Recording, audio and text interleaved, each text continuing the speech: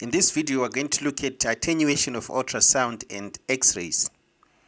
For a parallel beam passing through a medium, the intensity of the transmitted beam increases exponentially with the thickness of the medium.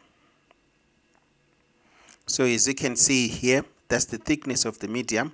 Initially, we have got an intensity of I naught of the ultrasound passing through, but after it passes through the medium, say bone, its intensity reduces to I.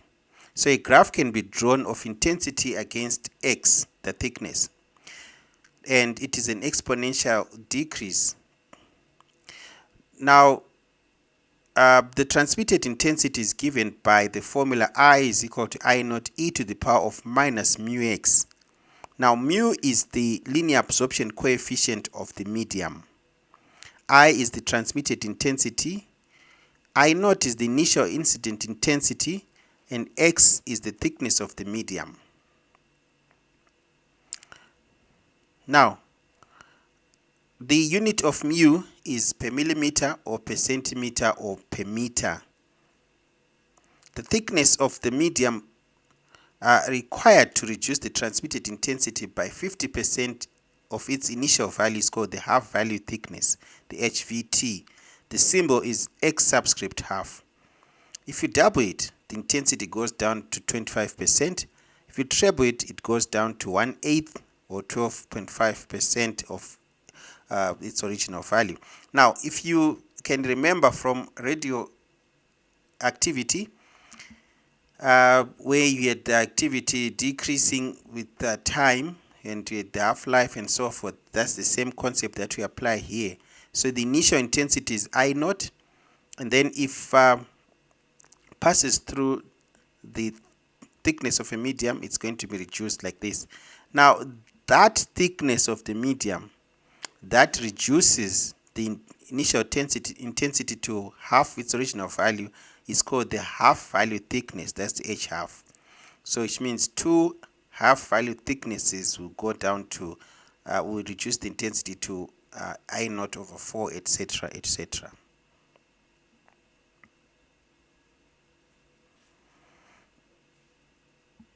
So which means that in place of I, you can put half I naught. This will be your final. So half I naught is equal to I naught e to the power of minus mu x. You find that this will come to ln2 is equal to mu x half. ln2 is 0.693. So 0.693 will be equal to mu x half, which is the half value thickness. Now we're going to end the topic by looking at obtaining diagnostic information using ultrasound.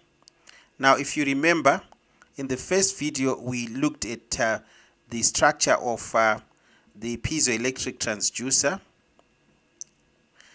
That is the transducer itself. Remember, it can be used as either a transducer or a receiver. So it's connected through a coaxial cable. Let me go back. So the coaxial cable shown in the diagram there, and then we said that the electrode, yes, the crystal acts as an electrode because it is coated with silver on both ends here, and then it is deformed. If you remember, in electronics we talked about the piezoelectric transducer. Again, we talked that when it is squashed, it produces some pulses. Those pulses can be, if connected in a potential divider circuit, it can pass through the operational amplifier and so forth. If you remember that topic, that's the same thing we're talking about here. So the quartz crystal, it vibrates. So when it vibrates, it emits pulses that are in the frequency that is in the ultrasonic region, right? And then those pulses get into the body. Now they can't get into. Remember when you talked about the reflection coefficient, that if the specific acoustic impedances have reasonably large difference, that is of the two media, then there's more reflection that takes place in the ultrasound does not penetrate. So hence the need of the coupling gel. So the diagram that you see above right is that of a coupling gel that has been anointed on the person, so that we mesh the impedances, so that all ultrasound penetrates. So that is that. Then we talked about the transducer itself, how it works. So that was it. We did talk about this, and by now you should be able to tell how it works. Now we want to look at how we can get diagnostic information from it. How we can get diagnostic information from it. Right. So let's continue with our work. Right. So the transducer is placed in contact with the skin with a gel as a coupling medium. Short pulses of ultrasound are transmitted into the body, where they are partly reflected and partly transmitted at the boundaries between media in the body, e.g. fat and muscle. Reflected pulses return to the transducer, where they are detected and converted into voltage pulses.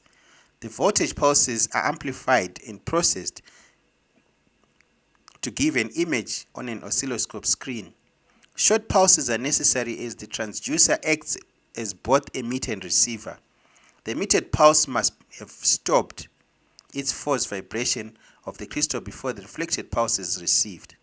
To enable the reflected ultrasound pulses to be detected in the time intervals between the transmitted pulses, the reflected ultrasound pulses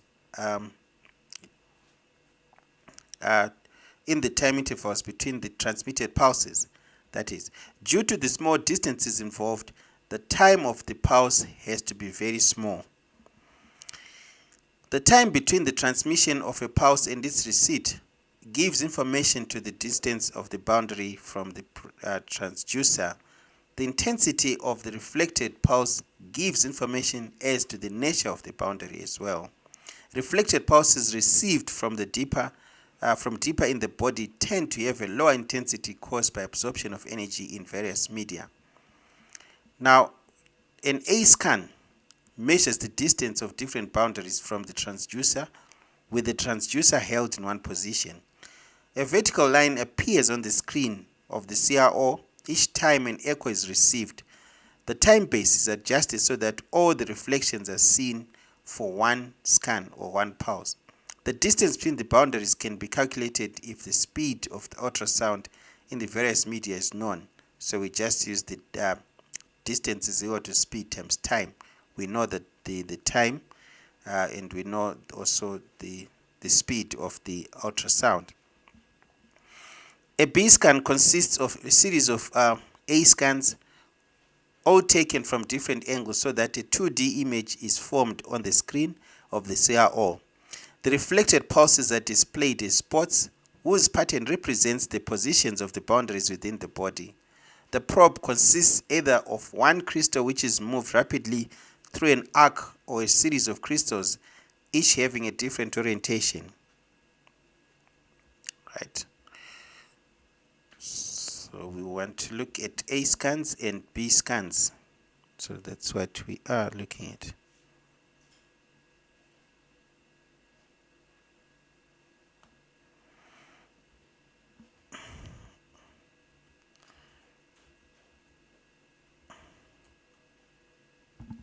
Right. So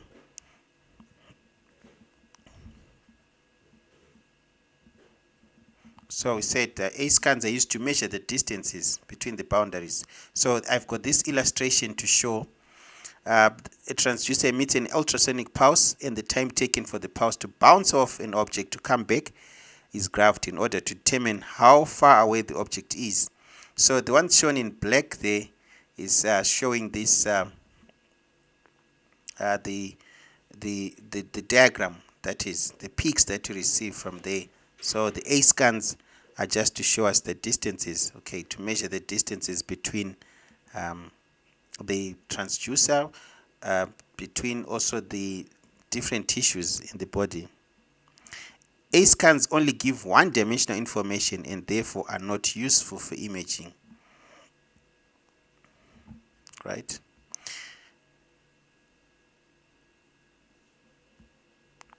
Right, so the full diagram of A scans is shown there. So you're just measuring the distances in A scans, okay, from the transducer with the transducer held in one position. Okay, and then we do have B scans. Now, B scans are a combination of A scans. A lot of A scans have been joined together to give a 2D image. Okay, so these are the ones that are useful in the whole process of ultrasound scan. So this is the illustration to show how A scans have been put together to form a B scan. Okay. Right, so form 2D picture as before. Each A scan corresponds to a single ultrasound pulse being emitted by the transducer and producing a series of reflected pulses from boundaries.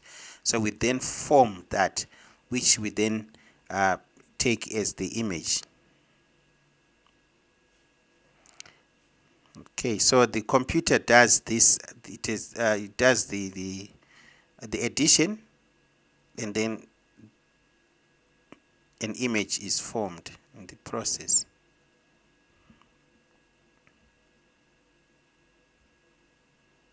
Okay.